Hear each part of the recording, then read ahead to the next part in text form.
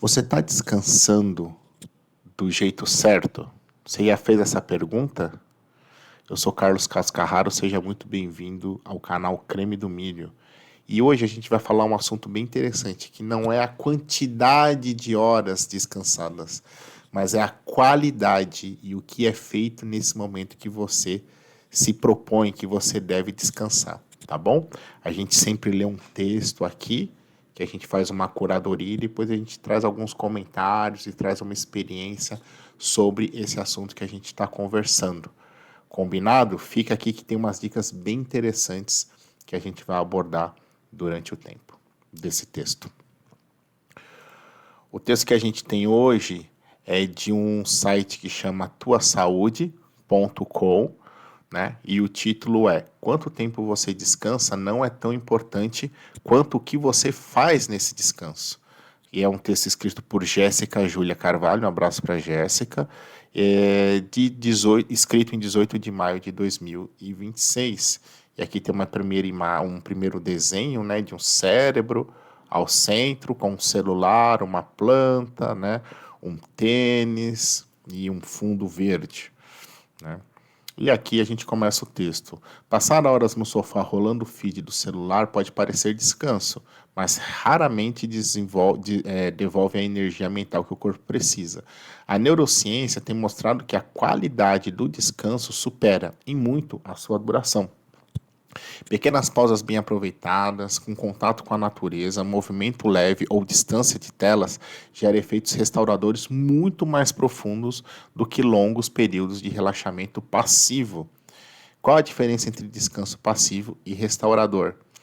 O descanso passivo envolve atividades de baixo estímulo mental, mas que muitas vezes não recuperam o foco e o bem-estar, como assistir televisão por horas ou navegar nas redes sociais. Já o descanso restaurador é aquele que permite ao cérebro sair do modo de atenção dirigida e se reorganizar. Esse tipo de pausa reduz o cansaço cognitivo, melhora o humor e até ajuda no controle da ansiedade. A diferença está menos no tempo e mais na forma como o corpo e a mente são estimuladas durante a pausa. E por que o descanso ativo recupera mais? O descanso ativo envolve movimentos leves e prazerosos, como caminhar, alongar, dançar ou cuidar das plantas.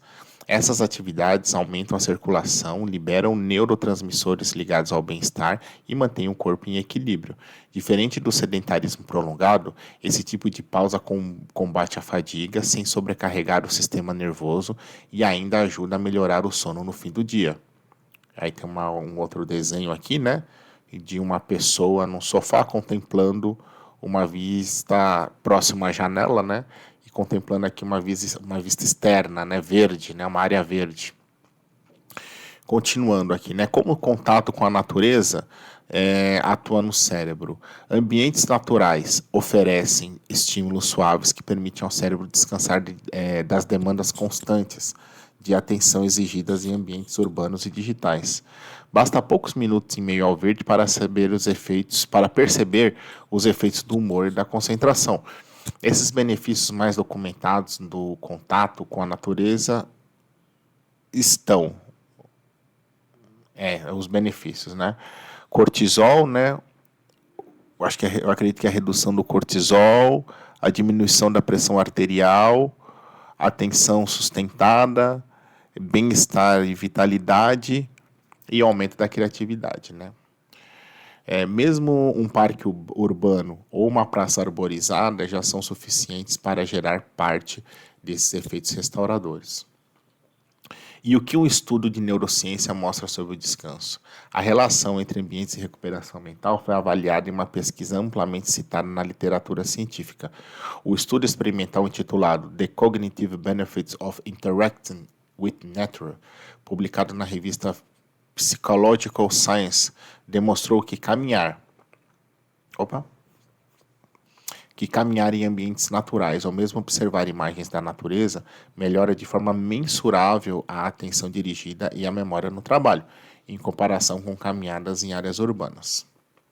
Os autores reforçam que o cérebro humano possui uma capacidade limitada de manter foco em estímulos exigentes e que ambientes naturais permitem essa recuperação de modo mais eficiente do que pausas em contextos de muita informação visual e sonora, né?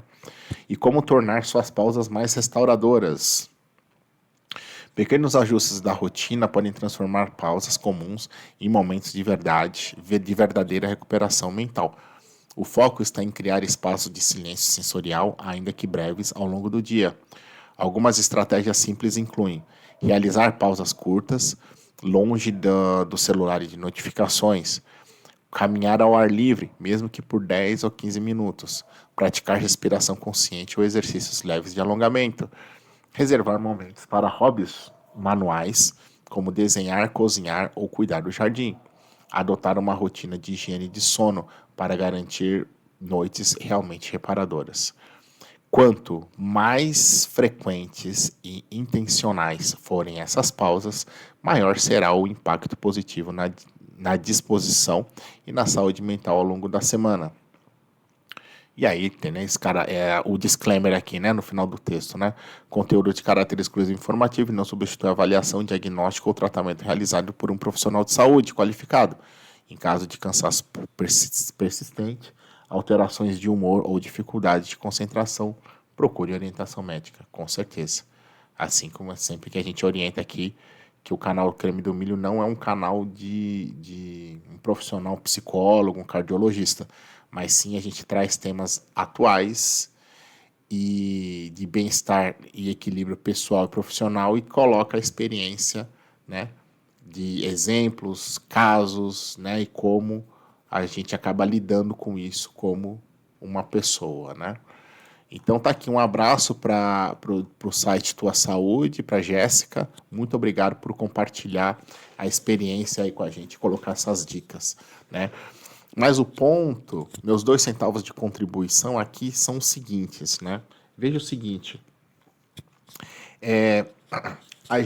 a gente hoje, pela hiperconectividade, redes sociais, muita tela, muito acesso a muita tela, televisão, celular, tablet, até carro hoje em dia, se você está estacionado, ele te conecta com, com uma rede social, né? Você pode assistir um YouTube, alguma coisa assim, né? Então a gente fica hiperestimulado, né? O celular ele vai para todo canto que a gente vai, né? A gente pode colocar ele lá no móvel de cabeceira, a gente pode colocar ele enquanto está fazendo uma atividade física para poder escutar uma música, mas ele está sempre ali, ele virou uma segunda pele para a gente, né? E aí a gente acaba tendo muitas vezes, né? Me parece que na maioria das rotinas, né, da condição, né, do ambiente que cada um vive, mas a gente hoje vive um descanso passivo, como é colocado aqui, né? Então a gente tem uma sensação, uma falsa sensação de que, poxa, então agora eu vou sentar aqui no sofá, eu vou assistir uma televisão, vou assistir um seriado, eu vou rolar aqui a rede social, né? O YouTube, o Instagram, né? Ou qualquer outra rede que seja, para poder descansar um pouco, mas isso é um descanso passivo. A gente tem fisicamente, a gente está ali parado, mas ali o nosso estado de atenção ele está focado, a gente não perde o estado de atenção, de tensão sobre aquilo que a gente está olhando. E isso pode gerar problemas, como é bem colocado aqui no texto, né? Então, o que, que seria o ideal, né? Então, não adianta a gente se colocar numa posição, num momento de descanso. Ah, então tá bom, das 9 à meia-noite, eu já fiz tudo que eu precisava fazer, agora eu vou aqui me permitir olhar o celular nas telas para poder ver o que está acontecendo, me entreter disso, achar que eu estou descansando. Não necessariamente isso é a melhor alternativa. Tá? Eu acho que isso com equilíbrio, isso pode fazer parte do descanso, mas não pode ser só isso. Esse é o grande pulo do gato aqui no texto, né? E na minha experiência também contribuindo aqui com vocês. Mas existem outras formas, aí quando a gente fala do descanso ativo, né, que a gente, poxa, fazer uma caminhada ao ar livre de 10, 15 minutos, a gente ler alguma coisa que não tem um estímulo de tela, a gente se permitir, talvez até próprias interações sociais, né, onde a gente possa conversar, tomar um café com quem a gente gosta, bater um papo, fazer um telefonema, conversar com alguém que a gente gosta. Esse é um tipo de descanso que ele sim nos revigora, ele faz bem para a gente. E é isso que a gente tem que se observar nas boas escolhas ao fazer essas pausas. Porque, de novo, como é bem colocado no título aqui do texto que a gente leu, né, que a Jéssica bem colocou, não, o tempo de descanso não é tão importante quanto o que a gente faz nesse descanso, né? Então, uma quantidade de sono adequada é importantíssima, mas eu ficar com o celular na mão antes de dormir pode ser um problema para eu entrar no meu modo de descanso, né? Então, uma corrida, uma caminhada que a gente faça, um momento de ginástica, se eu vou para, se eu me proponho aí num tempo que é valioso do nosso dia a dia, é 1 hora, 50 minutos para ir para uma academia, e entre um aparelho e outro, entre uma atividade e outra, eu fico olhando o celular, é muito questionável o resultado e a qualidade da pausa, da sua merecida pausa sobre aquele tempo que você está gastando. Então a gente precisa pensar muito nisso para fazer escolhas saudáveis para o nosso corpo. Somos uma coisa só, mente e corpo, está tudo interconectado, um depende do outro. Então, nesses momentos de descanso, eu acho que sempre é válido, sim, olhar a rede social, é válido, assistir um streaming de um seriado, assistir um filme que a gente gosta, é mais do que válido. É mais do que válido, galera. Mas a questão não é a escolha em si, mas é a quantidade que a gente fica preso naquele momento achando que a gente está descansando. Sacou? Essa que é a questão. É o volume, é o volume. Mas às vezes assim, assistir um episódio tá valendo a pena, assistir um filme, ele vale a pena. Mas intercalar isso com outras atividades de descanso, outras programações de descanso, que fazem com que a gente então consiga ter uma combinação aqui muito mais predominante no descanso ativo, como está colocando aqui no texto, para poder a gente realmente a gente conseguir descansar, sacou? Eu acho que esse é o ponto, esse é o exercício diário. Quando a gente se permitir dentro de um descanso, a gente conseguir fazer ele com qualidade, independente da quantidade de tempo que a gente vai se propor, né? se colocar naquele momento ali, tá bom? É isso. A ideia do canal é fazer com que você, né, a gente troque essa experiência, sempre como referência um texto que é lido aqui no canal, e a gente consiga trocar experiências, saber o que a gente sente, praticar isso, eu acho que é muito importante. Toda vez que eu leio aqui os textos, eu sempre também busco colocar em prática também, porque eu estou aqui também fazendo a curadoria, crio os conteúdos, divido com vocês e faço com que pelo menos uma pessoa, essa é a meta agora, né?